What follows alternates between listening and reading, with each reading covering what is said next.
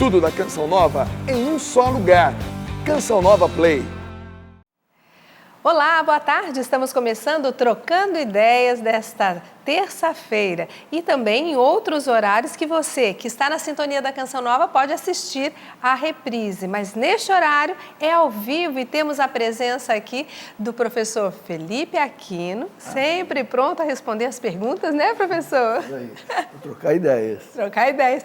E hoje com a presença estreando no Trocando Ideias, a missionária da Canção Nova, Ivana Brandão. Seja bem-vinda, Ivana. Obrigada, Adriana. Bom dia, professor. Bom dia você que acompanha a TV Canção Nova. Vamos lá, um exercício não fácil para mim, mas eu me aplico. A Ivana é missionária da Canção Nova há quase 25 anos, esposa do diácono Valdir e também já esteve em missão, não só aqui no Brasil, como em outros países, como a França, né? Esteve lá em missão durante anos. Nós vivemos em missão 13 anos na França, uma experiência fantástica, ser missionário em outro país, falando uma outra língua, tentando evangelizar uma cultura completamente diferente da nossa, um grande desafio, e eu posso dizer que foi uma escola para mim, uma grande escola para mim. Imagina. Então, seja bem-vinda. Então, tá aqui, gente, uma experiência internacional. Depois ela disse, ai, meu Deus, como é que eu vou fazer esse programa? Vamos trocar ideias, trocar essas experiências de vida, de família, nessas experiências que enriquecem a nossa vida. O Trocando Ideias tem esse propósito. Qual é a sua dúvida de fé? Qual é a sua... alguma coisa que você gostaria de saber, de entender melhor para poder viver melhor a fé cristã católica? Essa é a proposta do programa Trocando Ideias e você pode participar dele pelo facebook.com/trocando ideias, facebook.com/trocando ideias ou pelo e-mail trocandoideias@cançãonova.com. O programa está aberto, você participa e faz esse programa acontecer. Quanto mais perguntas chegar, melhor é, porque a gente vai aqui ó, rapidinho respondendo cada uma delas. O professor Felipe gosta dessa acelerada. Professor, então vou começar já com o senhor para a gente poder responder o máximo de perguntas possíveis nesse programa. O Ademar Ribeiro, de Feira de Santana, ele fala que, aqui no Trocando Ideias, ele percebe que nós usamos e fundamentamos as respostas sempre com o catecismo da Igreja Católica. E um número menor de perguntas são fundamentados com trechos bíblicos. Ele pergunta, qual seria a razão dessa distinção? A razão é que o catecismo explica a Bíblia, entende? O que é o catecismo? O catecismo é a leitura que o magistério da igreja faz, da Bíblia e da tradição, e coloca para nós de maneira pastoral aquilo que a igreja ensina que a gente tem que viver. Então, para quem faz uma pergunta dessa, para ele ter um entendimento melhor, nada é melhor do que você colocar a explicação que a igreja dá. Agora, isso não exclui o que está no catecismo, o que está na Bíblia. Eu gosto de lembrar, sabe, que uma vez disseram para mim, você fala muito do catecismo tal, e a Bíblia? Eu falei, você sabe quantas vezes o catecismo cita a Bíblia? Não, 3.000 vezes. O catecismo é recheado de Bíblia, ele transpira a Bíblia, né? Só você pegar no final do catecismo, aí, onde tem o índice que traz a relação de todas as citações bíblicas, eu fiz questão de contar cerca de 3.000 citações bíblicas. Quer dizer, não tem uma palavra do catecismo que não venha embasada num texto da Bíblia, entende? E aí o que é bom é que nós temos a interpretação que a igreja dá para aquilo, sabe? Eu acho legal, deu uma tosse aqui, desculpa, né? Programa ao vivo é assim mesmo. Aqui as rinites estão todas atacadas. Hoje eu falei, quem ligar a TV Canção Nova vai ver a TV Canção Nova meio fanha. A Renatinha estava gripada, eu estou com a rinite atacada. É o tempo, né? É o tempo. Onde a gente vai tem estou espirrando. Mas assim, é interessante a gente notar que a gente não deixa de falar da Bíblia, né? E não deixa de estar fundamentado na Bíblia. Mas a gente vai também na tradição da igreja que vem mostrar, vamos botar isso em prática? A forma prática de viver é assim, né? Eu tenho aqui uma pergunta para a Ivana, a pessoa pediu para não se identificar e a gente respeita também, né, as pessoas que pedem para não ser identificadas. Ela diz, meu filho mais novo tem 23 anos de idade e está sofrendo com depressão. Sempre falamos para ele retornar para a Igreja Católica, mas ele responde que se religião resolvesse esse problema, não existiam líderes religiosos com depressão e até mesmo pensando em suicídio. Como podemos responder a essa colocação? A primeira coisa que eu escuto é uma mãe, né? Uma mãe em sofrimento diante de uma situação jovem, né? Um momento tão cheio de vida na juventude. Primeira coisa que eu posso dizer, principalmente hoje nesse dia tão especial, nós festejamos Santa Mônica. A posição dessa mãe é rezar por esse filho. E dizer para ele que as pessoas que fazem parte da igreja, as pessoas religiosas, né? A gente conhece tantas pessoas que estão aí na mídia e que testemunharam momentos difíceis de depressão, de síndrome de pânico, tudo. Elas são pessoas normais, como nós. E eu fico bem tocada porque eu gosto muito das histórias da Bíblia. E uma história muito boa é a história de Jó. Homem super religioso, extremamente religioso, onde foi tocado e assolado por dificuldades de saúde, perdeu a riqueza, a família, doença. E nem neste momento de desolação, Jó blasfemou contra Deus. Então, eu imagino e observando esses homens religiosos, ela pode testemunhar para esse menino que no meio da doença, do pânico, da depressão, eu tenho certeza, porque eu conheço alguns, são pessoas que não blasfemaram contra Deus. Então, assim, a religião, sem dúvida, ela dá um sentido e ela ajuda a gente a viver esses momentos difíceis. E também, essas pessoas religiosas que ele fala não estão isentas, ninguém está isento a viver um momento difícil de depressão. Quantos santos a igreja testemunham, né? Santos mesmo, que viveram momentos difíceis de prova, mas Deus estava ali. E o mais bonito também é que essas pessoas podem nos mostrar que a gente pode confiar em Deus e ir além. Então, reze pelo seu filho. Hoje nós festejamos Santa Mônica, mãe de Santo Agostinho, que rezou tanto tempo para esse menino, para ele se converter, se encontrar com Deus. Ele tinha também um monte de desculpa, né?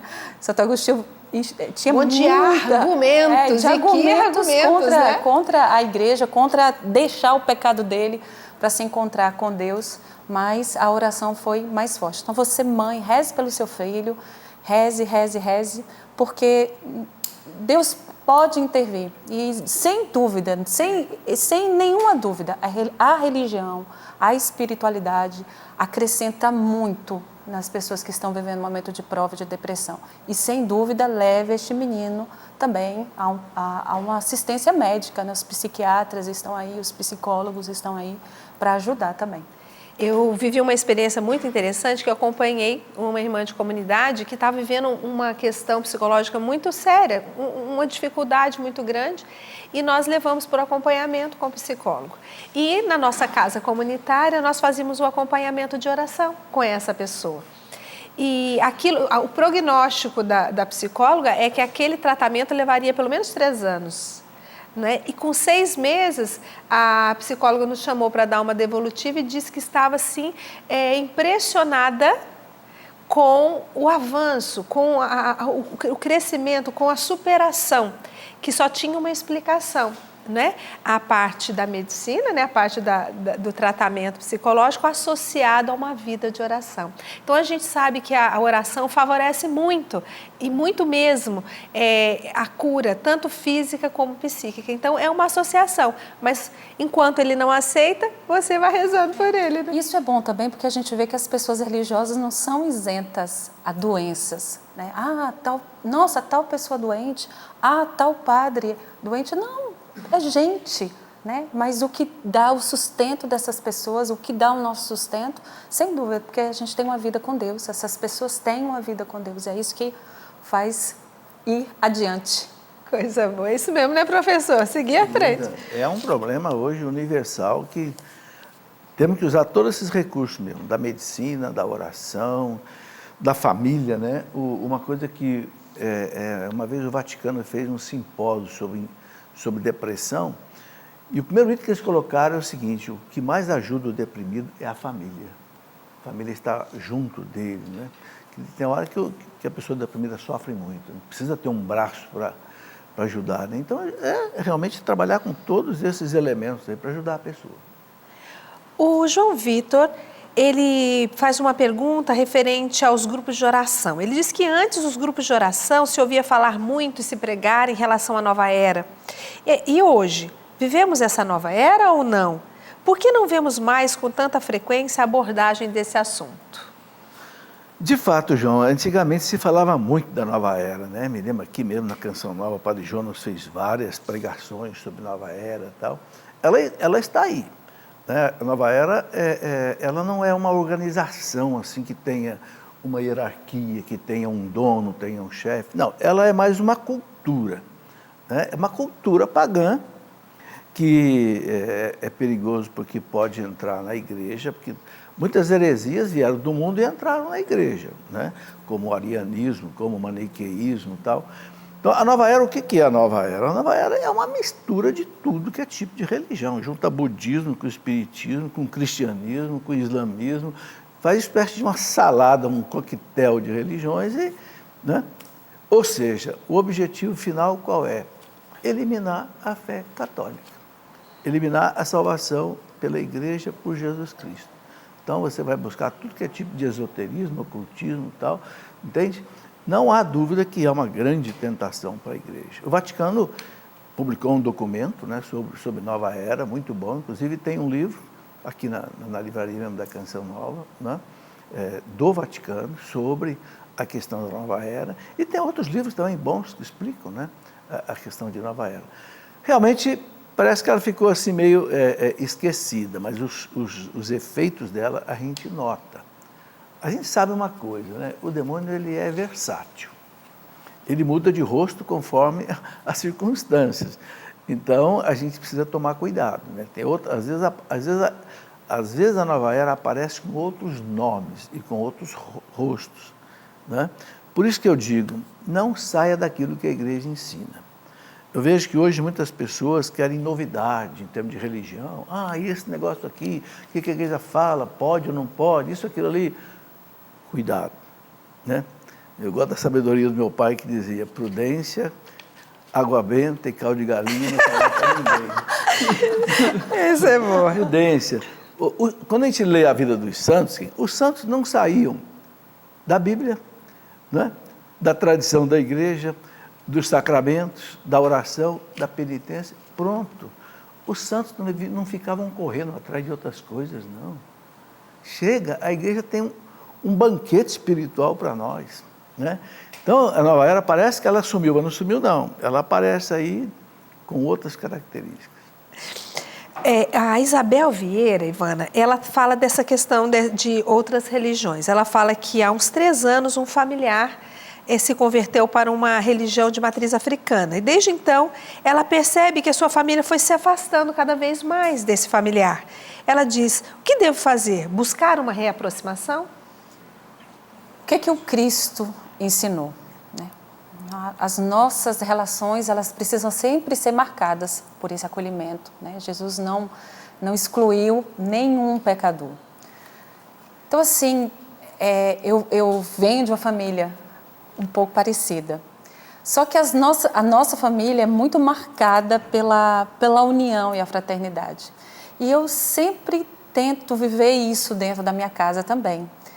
Acolher aqueles que são diferentes. A gente sabe que tem assunto que vai um pouco complicar o momento familiar junto, mas essa abertura, essa acolhida, porque a gente que conhece a verdade, eu não tenho medo de dizer que conhece a verdade, que sabe qual é o caminho, a gente sempre tem que estar com os braços abertos, porque eu também posso testemunhar para você, né, sendo presença, sendo acolhida dos meus familiares, como eles são, né, o que eles vivem, a vida religiosa que eles levam, muitas vezes a gente está ali e eles vêm procurar, vêm saber, e a gente pode dar uma palavra, a gente pode testemunhar.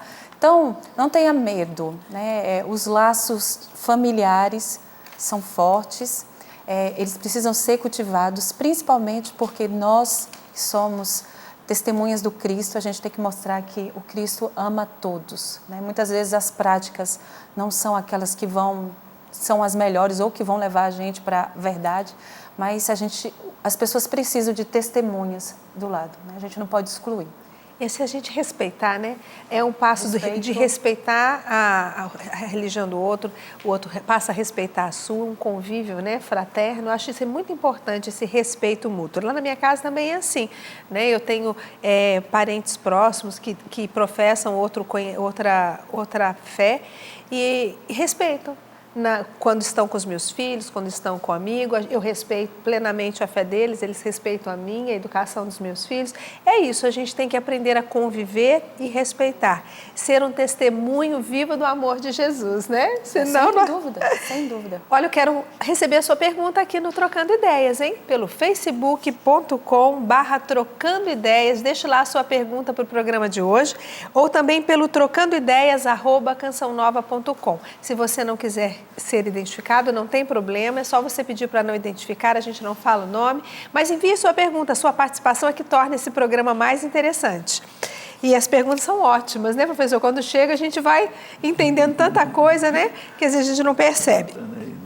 Quero convidar aqui você que gostaria de estudar, a estudar na Faculdade Canção Nova, né? Eu sou professora da Faculdade Canção Nova e eu gostaria de convidar você a ser um aluno nosso dos cursos de graduação, Rádio e TV, jornalismo, administração, filosofia, teologia e também do MBA. Nós estamos com as inscrições abertas para um MBA de gestão empresarial. Está aberto até o dia 20 de setembro as inscrições para esse MBA. Entra no nosso site fcn.edu.br, conheça mais os cursos oferecidos pela Faculdade Canção Nova, né? A sua escolha pode mudar tudo na sua vida. Então, a gente está lá trabalhando noite e dia, eu trabalho lá, o professor Felipe de vez em quando faz algumas aulas especiais para a gente, a participação, aula inaugural, sempre está lá conosco e convidamos você para estudar com a gente, ou quem sabe seus filhos. Hoje eu tenho aqui, 2 alunos meus já estão trabalhando aqui, estão aqui no programa. Eu falei, não, tem que falar da faculdade, né? Professor Felipe, vamos às perguntas, né? Aqui, a igreja, é a pergunta do Leandro Caludiano. Ele pergunta assim, a igreja compreende a homossexualidade como genético? Como explicar homossexuais que desde a infância já possuíam traços específicos? Veja, a dúvida é do Leandro. A igreja não entra no mérito da origem da homossexualidade, a gênese da homossexualidade. O parágrafo 2357 do Catecismo fala claro, a igreja não sabe qual é a causa da homossexualidade. Ela não entra, ela deixa para a ciência, médicos, psicólogos, psiquiatras analisar. Há opiniões de médicos, outros médicos ou psiquiatras que colocam, tem uns que acham que pode ser genético, outro acha que não, que é mais ambiental, comportamental, familiar. A igreja oficialmente não tem uma posição. Isso é muito importante a gente saber. Está no parágrafo 2357 do Catecismo, ok? E a igreja fala o seguinte, que inclusive por causa disso, ela fala que a pessoa ter a tendência homossexual não é pecado, entende? Agora, o que é o pecado para a igreja? É viver a prática homossexual. Então, a pessoa, o Catecismo fala, a pessoa pode ter a tendência e chegar à perfeição cristã, se ela vive a castidade. É isso que a igreja coloca, só isso que a igreja coloca. E pede muito que se respeite muito a pessoa que tem a tendência homossexual, mesmo que viva a prática, entendeu? Respeitar, nada de homofobia, nada de perseguição, nada de zombaria. Pelo contrário, a gente quer que se acolham essas pessoas com carinho e com amor, entende? Agora, a igreja coloca claro, né? Ela fala para os seus filhos que têm a tendência homossexual, porque tem muita gente na igreja que tem tendência homossexual, até padres, mas que vivam a castidade. Viver na castidade pode ser até padre, né? O Papa Bento XVI colocou um documento, né? Colocando as condições para que um seminarista que tenha tendência homossexual possa ser ordenado. Pode. Ele coloca condições, desde que dos 3 anos de seminário, pelo menos, ele demonstre, né, que ele quer viver a castidade, vive a castidade, ele pode ser ordenado sacerdote. Eu queria só acrescentar uma coisa que eu fiquei muito tocada quando, morando na França, a gente chegou tem pouco tempo, talvez isso já aconteça no Brasil, mas em Paris existia um grupo de oração para pessoas com tendência homossexual. Beleza. Existia um retiro feito era uma coisa mais fechada, né? Mais para as pessoas com tendência homossexual. A gente não pode esquecer que, para alguns, isso é verdadeiramente uma cruz. Sem dúvida. A ser carregada, né? Com muito respeito, muita delicadeza. Eu conheci uma testemunha, né? Um homem, um rapaz, que ele falava para nós: Ivana, é difícil, mas assim, que alegria é descobrir que eu sou amado como eu sou pelo Cristo, né? A gente sabe que ele sabe que aquilo é difícil, ele reconhece que aquilo é uma desordem dentro dele, né? Como existem outras desordens a nível de vivência sexual, né? E vivendo a castidade, colocando toda a capacidade de amor, né? Porque são pessoas que têm uma capacidade de amor enorme, de amar profunda, de dar sentido também às coisas. E era lindíssimo o grupo de oração, retiros para essas pessoas, para que também eles possam saber que eles têm esse lugar dentro da igreja, que eles são filhos, como o senhor falou, da igreja, sim, como claro. qualquer um, né? Como qualquer um, e que a igreja os ama. Que beleza. O Gustavo Almeida pergunta assim: o Espírito Santo age com seus dons em uma pessoa que está em pecado grave, Ivana? O Espírito Santo age, porque o Espírito Santo, ele, vamos dizer assim, Deus, quando é os dons, né, carismáticos, a gente sabe que a gente não precisa ser santo para que os dons de Deus, os dons carismáticos, possam se expressar através de nós, porque são dons de serviço, não é um dom que mostre a minha santificação. Os dons infusos, não. Né? Vamos dizer assim, a fé, o amor e a esperança e a caridade, não. Aí precisa, de fato, dessa ligação com Deus, dessa vida de santidade para que eles desabrochem. Existe ainda as virtudes, né? As virtudes cardeais, que são esse esforço. Né? As virtudes, se a gente for olhar, ela vem bem antes da igreja. Né? Grandes filósofos, Aristóteles, Platão já falavam das virtudes. Mas os dons de serviço é um dom que Deus usa para as pessoas. Então, ele pode passar por pessoas que estão em pecado grave. Agora, a santificação é outra coisa. Entendeu? Santificação não. Santificação precisa que a pessoa esteja em estado de graça, precisa que a pessoa tenha uma vida de relação com Deus. Para crescer em santidade, sim, eu preciso estar em estado de graça, porque é de uma árvore boa que a gente reconhece os frutos. Santa Teresa d'Ávila, ela vai dizer que uma alma em pecado mortal que não está em estado de graça, é como se o castelo dela interior estivesse coberto por um véu. E tudo que sai dela é desordem. Então, a árvore má tem maus frutos. Eu não sei se o senhor concorda comigo, professor, mas Deus pode usar de qualquer um, viu? De qualquer um. Eu acho também, Ivana, que Deus não abandona a pessoa. A pessoa que tá em pecado mortal. Por que eu uso essa expressão mortal? Porque a pessoa perdeu a graça de Deus santificante naquela hora. Né? Mas Deus não abandona a pessoa. Eu penso que como é que o Espírito Santo age nessa pessoa? Ele age no sentido de fazer com que a pessoa deixe o pecado, entende? Possa voltar para uma vida de graça novamente. Né? Deus não abandona ninguém. Deus não quer ninguém numa situação dessa, mas Deus, como diz São Paulo, Deus quer que todos se salvem e cheguem ao conhecimento da verdade. Então, Deus não abandona a pessoa. Chegando pergunta agora, quero agradecer você que já está enviando a sua pergunta nesse momento para o programa Trocando Ideias, o Elias Querino. Obrigada, Elias, pela sua pergunta. Então, chegou, a gente já põe aqui. Manda, então, imediatamente sua pergunta para que a gente possa conseguir responder ainda hoje aqui no programa, pelo facebook.com/Trocando Ideias ou pelo trocandoideias@cançãonova.com, nosso e-mail. O Elias pergunta assim: qual a importância das aulas de catequese para as crianças, Ivana? Pergunto porque vejo despreparo de muitos catequistas, é a observação que o Elias Querino faz. Qual é a importância das aulas de catequese para as crianças? Qual que é a importância da educação? Curta, né? A educação. Eu tenho 3 filhos, Davi, Marie e Inês. Davi, 9 anos, Marie Sofia, 7 e Inês, 3 anos. eu cuido e zelo para que eles aprendam as letras, matemática, ciência.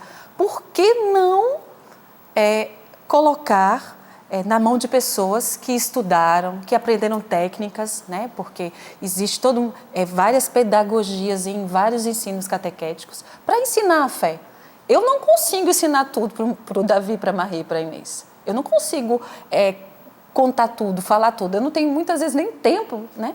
Mas eu posso confiar a um catequista, a minha paróquia, para que eles possam ensinar a fé, né? Usar de metodologias. Como eu disse, tem pouco tempo que eu estou no Brasil, mas lá na França eu vejo pelo o catecismo que as crianças faziam na escola mesmo, né? Tinha um livrinho, tinha toda uma pedagogia estudada para trabalhar com aquilo, para mostrar para as crianças. Então, eles tentavam fazer aquilo de uma forma lúdica, para que aquilo passasse pelo tocar das crianças e que o negócio fosse entrando, né? E a gente vê uma crescente. Quem fez a catequese pequenininho para comungar é diferente da catequese de um adolescente que se prepara para a crisma. Então, é de suma importância, sim, é de suma importância. Sobre a preparação das pessoas que vão dar a catequese, sai um pouquinho do nosso domínio, vamos dizer assim, né? Assim como a gente não pode dizer para os professores, faça assim, assim, assim, assim, assim. Sai também dos nossos domínios, mas é de suma importância, sim. Eu fui catequista há muitos anos, né? Esse domingo se festejou o dia do catequista, né? É importante também que as paróquias, né, se organizem, façam um trabalho. Eu lembro que na minha época, o nosso pároco adotou, o Padre Ditinho, que agora é Monsenhor Ditinho, adotou uma coleção de livros. Nós fizemos 3 anos de catequese com as crianças, um caminhar com as crianças, né? Então, assim, sentar, organizar, quem coordena a catequese, junto com o padre, junto com as pastoras, fazer um trabalho conjunto, né, para poder tornar a catequese algo atrativo. Na minha época, vou partilhar aqui minha experiência, viu, professor? Na minha época, a gente notou que tinha muito interesse das crianças em irem para a catequese, muito, um interesse imenso das crianças de irem para a catequese. Então, nós fizemos os 3 anos, eram 3 livrinhos para fazer a formação básica para a primeira Eucaristia. Só que os irmãozinhos menores queriam ir para a escola também, queriam ir para a escola, ir para o catequese também. E aí nós criamos um pré-catequese e nós desenvolvemos um material mais lúdico para essas crianças pequenas, né? Para que elas também já fossem cativadas. Porém, a gente notou também que, como eram muitas crianças, nós não pudemos fazer a catequese na igrejinha do bairro, que era muito pequena. Nós pedimos à escola. Algumas crianças já ficaram achando que ia ter aula, né, igual escola. Aí nós tivemos que trabalhar de forma diferente, fora das salas, com encontros catequéticos, de vez em quando na sala, de vez em quando no pátio, porque eram 5, 6, 7 turmas, tanta criança que era. E aí nós fomos tendo que encontrar essa pedagogia de acordo com cada realidade que nós encontrávamos ali naquela comunidade da Vila Carmen, Cachoeira Paulista. E nós conseguimos trabalhar ali. No Pitel se trabalhou um pouquinho diferente, porque eles tinham uma área na capela de trás, onde tinha uma área que eles podiam trabalhar ali mesmo. Nós tivemos que ir para uma escola, tivemos que fazer uma coisa diferente. Na paróquia de São Sebastião, na época, era dada dentro da própria paróquia e no salão, então a gente fez atividades diferentes. Então a gente foi trabalhando isso, essa conquista da criança, e eu acho que essa experiência é muito importante.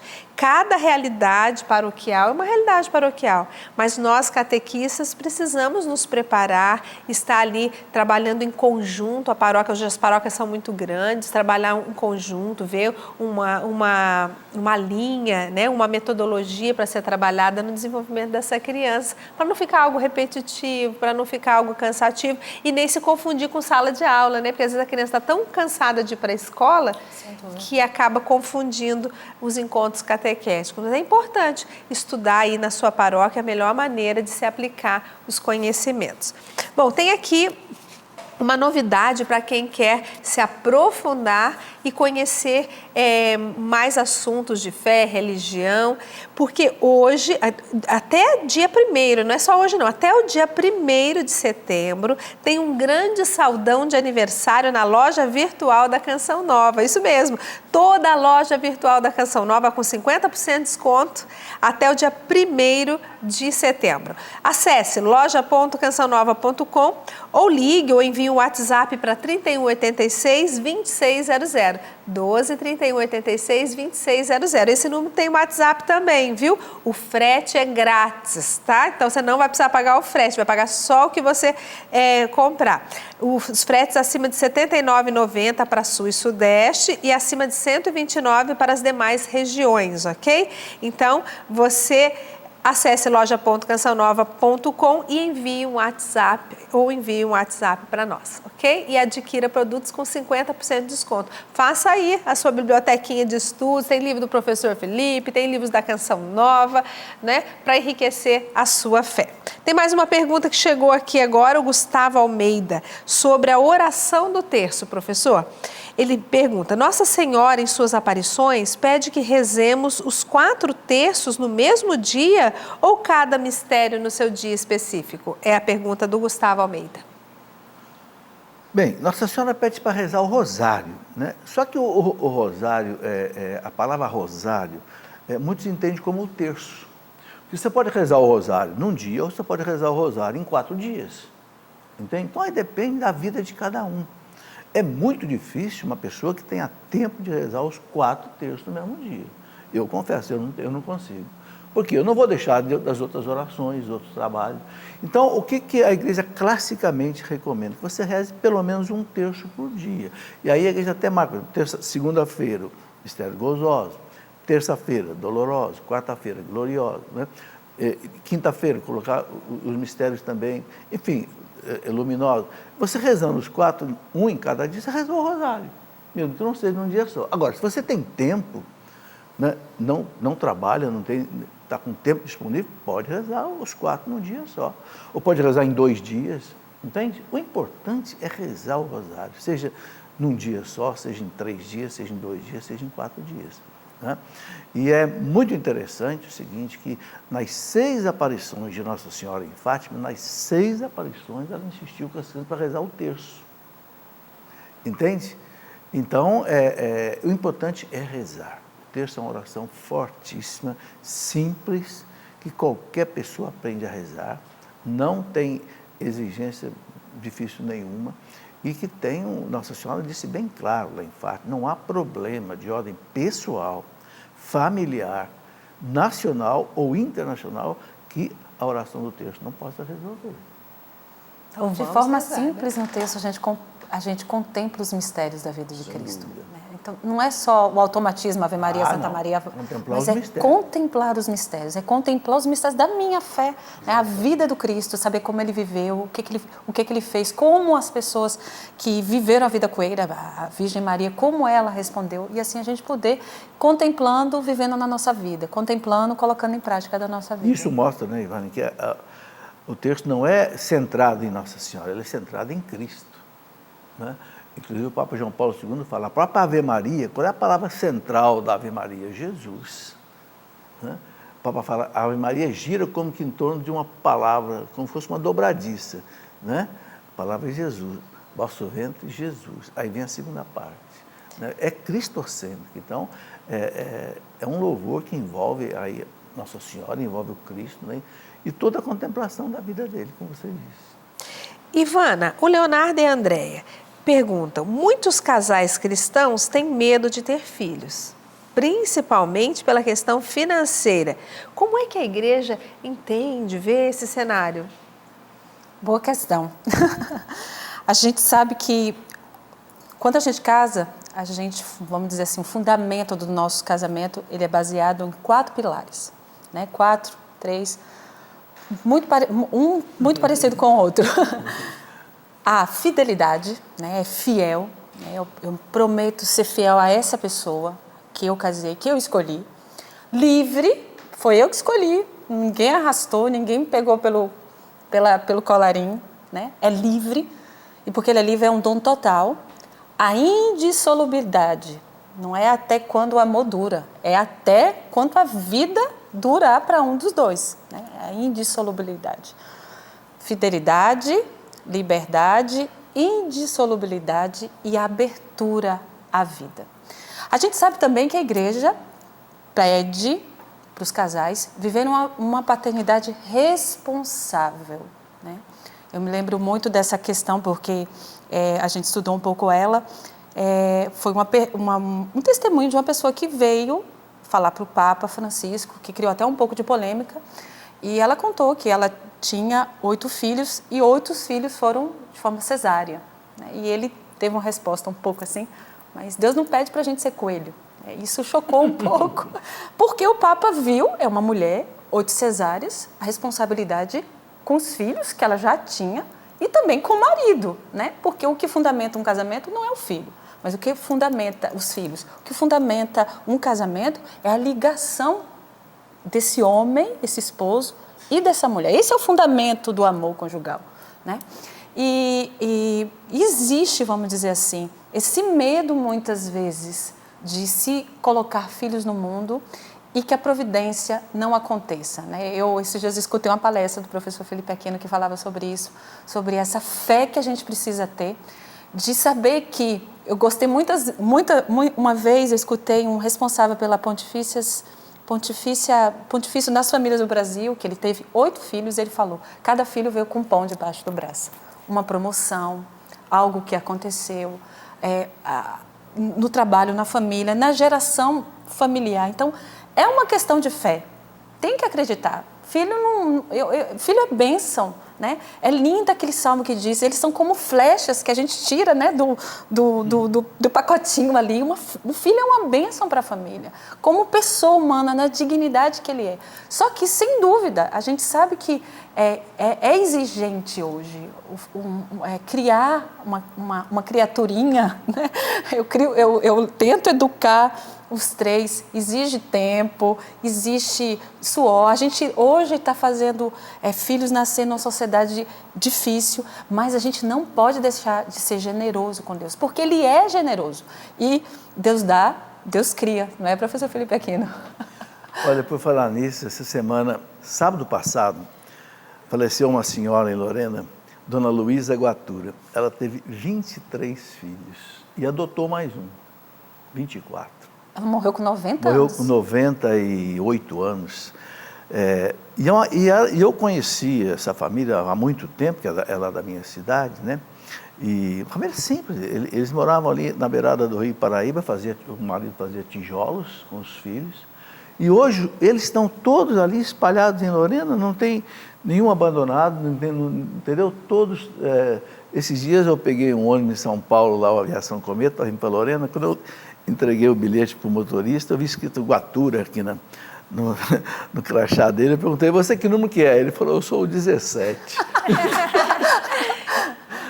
Quer dizer, claro que Deus não quer isso, que a gente tenha 23 filhos, né? Mas também não pode ter medo de ter 1, 2, 3 filhos. Não pode, né? É o que você falou, Deus dá, Deus cria. Olha, eu tive 5 filhos, nunca mudei de emprego. Cada filho que nasceu na minha casa, a minha situação profissional melhorou, meu salário melhorou. Eu saí de professor auxiliar de ensino para professor titular, diretor da faculdade, e os filhos foram nascendo. Então, Deus abençoa. E eu queria colocar uma reflexão aqui muito importante. O mundo está numa implosão demográfica. O mundo está num inverno demográfico. Você viu lá na Europa. Não tem um país da Europa hoje que mantenha mais a população, porque é preciso ter 2,1 filhos por mulher, por casal, para manter a população. Não tem nenhum país na Europa hoje que tenha uma média de natividade de 2,1. Está tudo com 1,3, 1,4, a França deve estar com 1,5, e o Brasil já está com 1,6, 1,7. O que significa que a população do Brasil já vai diminuir, o que é um absurdo. Eu vou dizer, por que é um absurdo? Porque a riqueza de uma nação é o povo. Quem consome as coisas é o povo. Se você não tem gente, você não tem povo, você não tem mais nada. A Europa está chegando no desespero por isso, porque só tem velhos, a quantidade de velhos é enorme. Um dado só para a gente refletir. O Japão tem 330 pessoas por quilômetro quadrado. O Brasil tem 20. Ou seja, o Brasil tem 16 vezes menos gente por quilômetro quadrado do que o Japão. E o Japão está fazendo campanha para aumentar a natalidade. Porque os japoneses estão ultrapassando os 100 anos de idade. Entende? O velho, você sabe, ele gasta muito, porque ele recebe aposentadoria, ele não trabalha mais, ele fica muito doente, ele consome muito verba de saúde. E quem é que vai manter isso se você não tem jovens? Jovens também. O Papa Bento XVI disse, uma nação sem criança é uma nação sem futuro. Nós temos que pensar nisso. Essa ficha não caiu ainda na cabeça da população, mas no Brasil daqui a uns 10 anos vai cair. A Europa já sente isso. Não sei, você deve ter visto lá na França. Na França o governo está dando um ou 2 anos de licença-prêmio para uma mulher que tem, parece que o 3º filho, ficar em casa recebendo salário sem trabalhar só para tentar aumentar a natalidade. E ainda com o confronto, professor Felipe Aquino, que estudos feitos, em 2050 a França passará de vamos dizer assim, de um país católico a um país muçulmano, porque as famílias muçulmanas... Não tem braços, né? Então, assim, culturalmente e por essa diferença demográfica, a gente vai ver países da Europa se tornarem países muçulmanos. Sem dúvida. E não só muçulmanos, mas os asiáticos, africanos, muçulmanos, estão tomando conta da Europa. Né? Já se fala numa Eurásia. Né? Quer dizer, então, isso pode acontecer aqui na América. A América Latina é um continente desabitado, se você comparar com a Europa, com a Ásia. Enquanto que lá eles têm uma média de 100, 150 pessoas por quilômetro quadrado, como a Europa, a gente tem 20. Você pega, é uma experiência simples, você sobe num avião aqui em São Paulo, você vai até Manaus, ou até Recife, o que é que você vê? Verde, verde, verde, de vez em quando uma cidadezinha. De vez em quando uma cidadezinha, entendeu? Quer dizer, nós somos um continente, a gente tem muita gente no litoral, então dá a impressão que o Brasil é super populoso. Nada, o Brasil é um oceano vazio, entende? Agora, o que vai acontecer com isso se nós não tivermos gente? E essa questão, a gente pode escuta outras coisas dentro dela, porque não é só um fechamento a nível financeiro, é um fechamento curto, porque filho exige da gente sair da gente mesmo. Eu olho assim, com os meus 3, eu não tenho chance de pensar muito em mim, porque eles me tiram de mim mesmo. Mas, claro. E hoje a gente está numa sociedade hedonista fácil e primeiro o meu tempo, primeiro as minhas coisas, e muitas vezes tem gente que não quer ter filho porque não quer se sair de si. E filho, existe uma saída. E é tão bonito porque essa saída faz a gente crescer. Meus filhos são uma escola para mim. Né? Eu me tornei uma outra mulher com essa escola, e uma escola maravilhosa, que a gente aprende muita coisa. Quero agradecer aqui o Leonardo e a André que mandaram essa pergunta, que olha quanta coisa que a gente pode refletir aqui sobre família. Se eu estou bem pensando quem é Leonardo e André, eu acho que eu conheço eles, eu vou dizer uma coisa, a promoção está chegando, porque eles tiveram um 4º filho. Olha, como a Ivana testemunhou, né, e o professor Felipe falou aqui, hoje nós precisamos evangelizar o Brasil e o mundo. Não só aumentar a população, mas evangelizar essa população. Por que não ser um sócio evangelizador com a Canção Nova? A campanha hoje, graças a Deus e a sua ajuda, chegou a 85%. Graças a Deus, olha só, coisa boa. E eu quero convidar você a fazer seu depósito, sua transferência bancária. Em uma dessas formas de contribuição, você que é sócio evangelizador ou não, até quem não é sócio evangelizador, pode fazer seu depósito, pode fazer sua transferência bancária. Pode utilizar como meio de ajudar a Canção Nova neste mês. Então, você acessa clube.cançãonova.com. clube.cançãonova.com ou pelo 3186-2600, né, que está o telefone aí na tela também. Confira nossas contas bancárias, seja sócio, nos ajude. Você que é sócio pelo boleto, se passar para o débito automático ou para o débito em cartão de crédito, também pode, você vai receber esse lindo ícone do nosso Santuário do Pai das Misericórdias. Olha que bonito essa maquete, né? Não é ícone, é maquete. E atrás tem as orações da Pietá e do Pai das Misericórdias. Não é bonito? Você vai ter esse recordatório, essa pequena maquete linda com as orações para estar sempre rezando com a Canção Nova, rezando a Deus, experimentando a graça de Deus. Venha ser sócio da Canção Nova, não é sócio de um clube, é sócio sim da evangelização. Seja um sócio evangelizador com a Canção Nova e evangelize o Brasil e o mundo, porque a Canção Nova está aí, espalhando o amor de Deus por todos os meios possíveis. Tem mais uma pergunta, pediu para não se identificar, perguntou assim: como posso elencar os meus pecados? A questão de mortal, venial, depende da interpretação pessoal da pessoa, professor Felipe? Bom, há um aspecto objetivo nisso e um aspecto subjetivo. O aspecto objetivo, quando é que nós temos um pecado mortal? Quando você fere, assim, de maneira grave, os 10 mandamentos. Então, a referência aos 10 mandamentos. O catecismo coloca isso, né?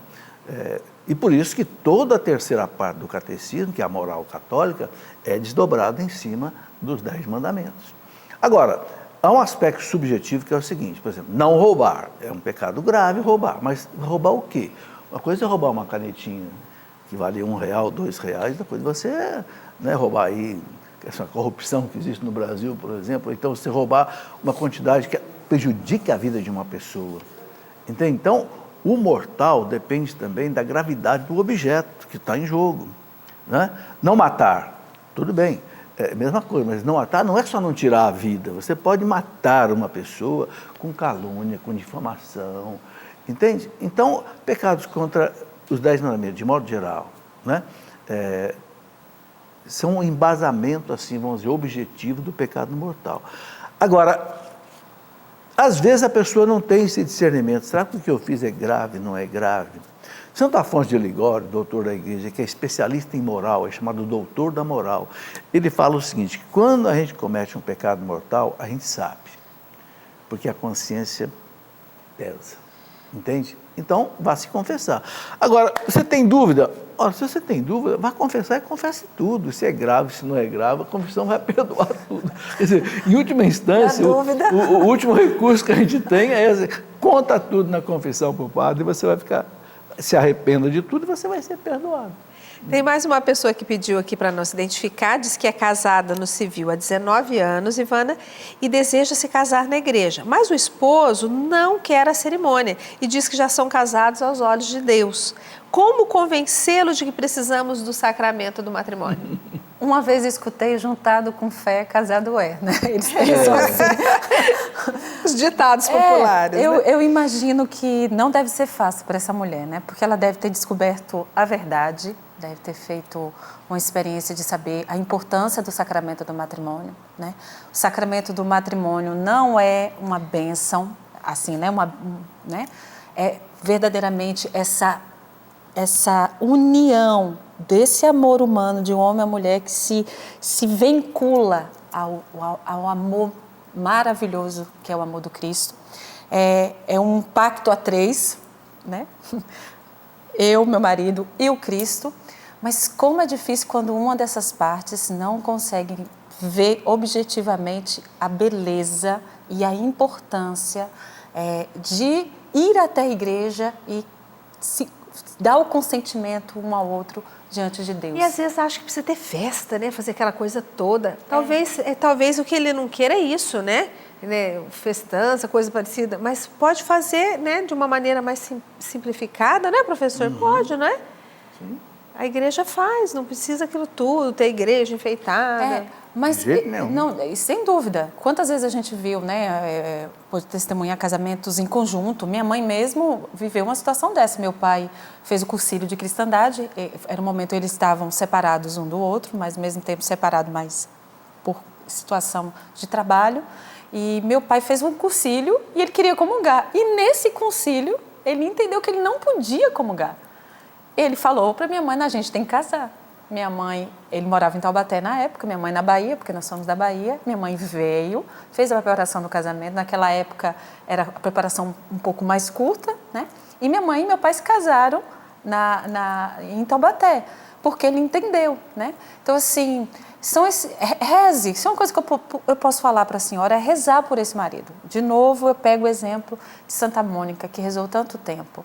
né, pra E ela rezou conversão. pelo marido e pelo filho, né?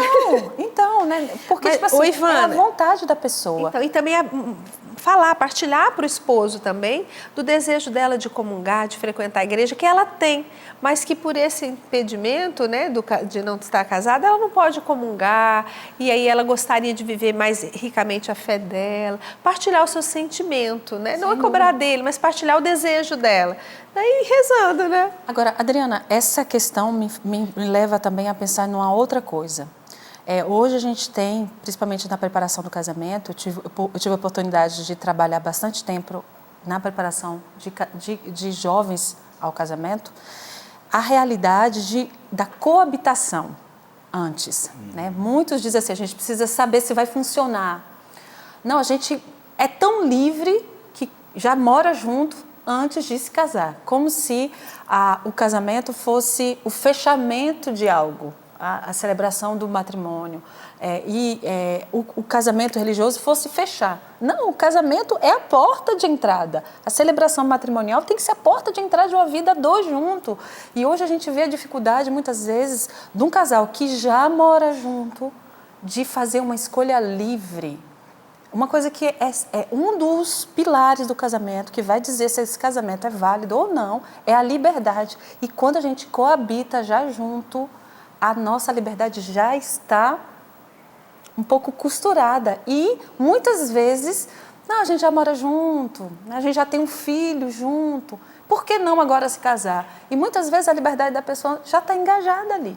A pessoa não é livre para escolher. Então, assim, atenção quando você quer coabitar antes de se casar, não é a melhor coisa. E existem pesquisas feitas que, muitas vezes, casais que ou coabitaram juntos antes de se casarem, civil e religiosamente, ou jovens que têm uma vida sexual ativa de coabitação dita, eles têm mais facilidade de se separar.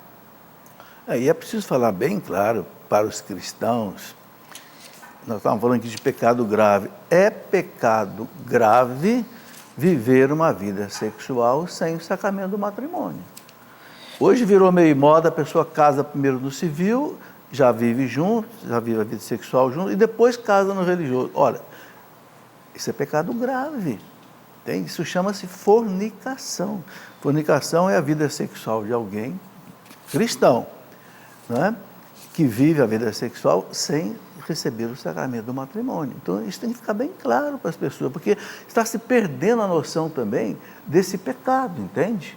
Você falou dessa coabitação antes do casamento. Para nós cristãos, isso não pode, não vale, é pecado grave. Né?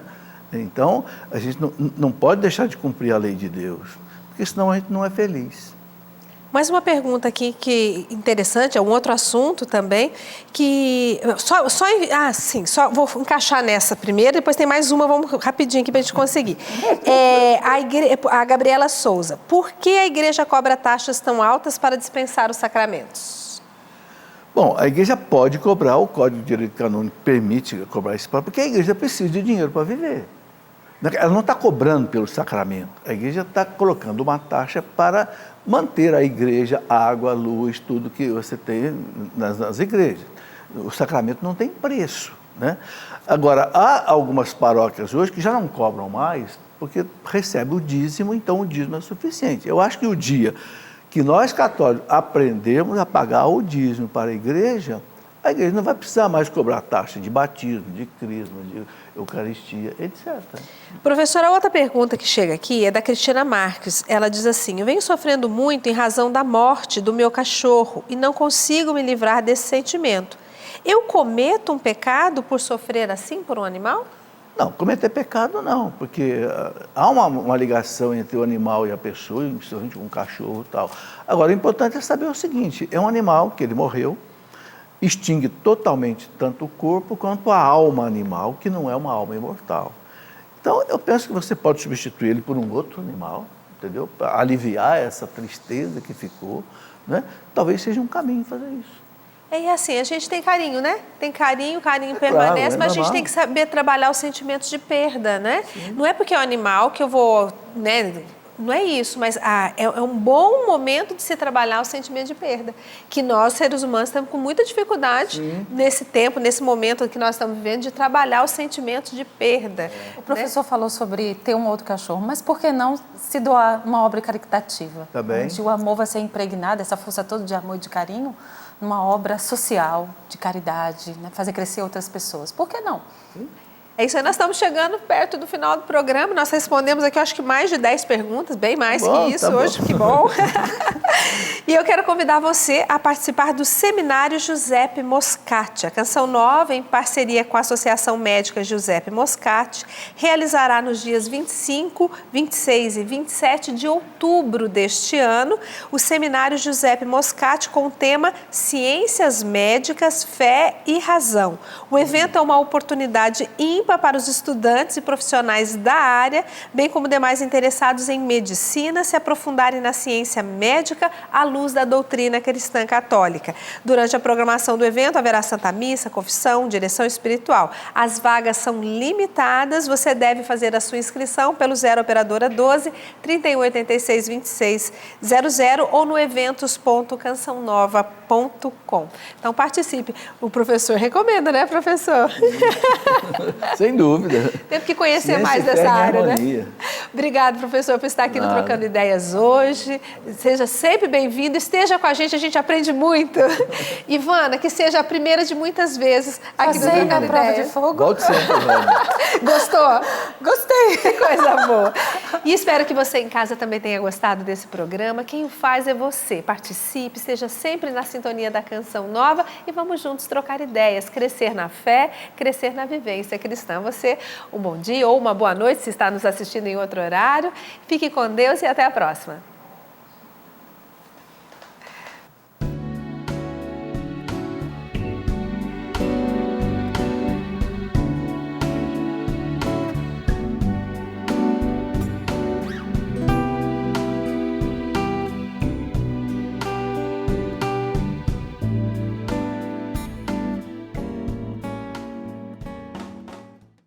Tudo da Canção Nova em um só lugar. Canção Nova Play.